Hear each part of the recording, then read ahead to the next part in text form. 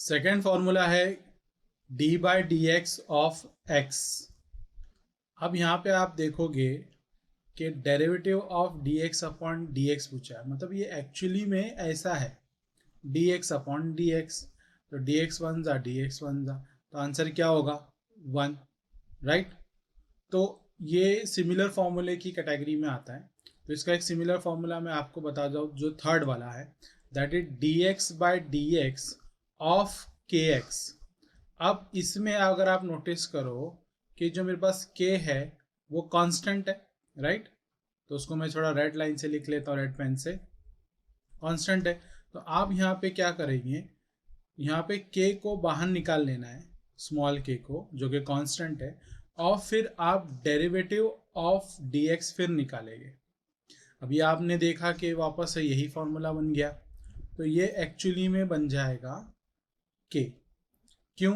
dx upon dx is 1, तो answer is k। Okay. चौथा formula है d by d x of x raise to n। ये वाला जो है ना, काफ़ी फेमस फॉर्मूला है डेरिवेटिव का, और ये बहुत ज़्यादा इस्तेमाल होता है। जैसे मैंने बताया, देर आर 27 फॉर्मूलेज, और उनमें से 10-15 ऐसे फॉर्मूले जो आपने बाय हार्ट कर लिया तो उतना काफ़ी है पूरे डेरिवेटिव के प्रॉब्लम को सॉल्व करने के लिए। तो उनमें से ये एक है।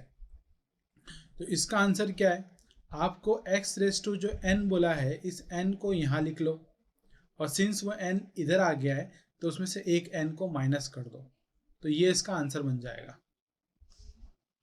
पांचवा फॉर्मूला देखते हैं। अगर आपके पास डेरिवेटिव ऑफ के एक्स रेज टू n है, तो इस सिनेरियो में आप क्या करेंगे। तो अगेन वही केस आया कि इस k is nothing but constant, remember.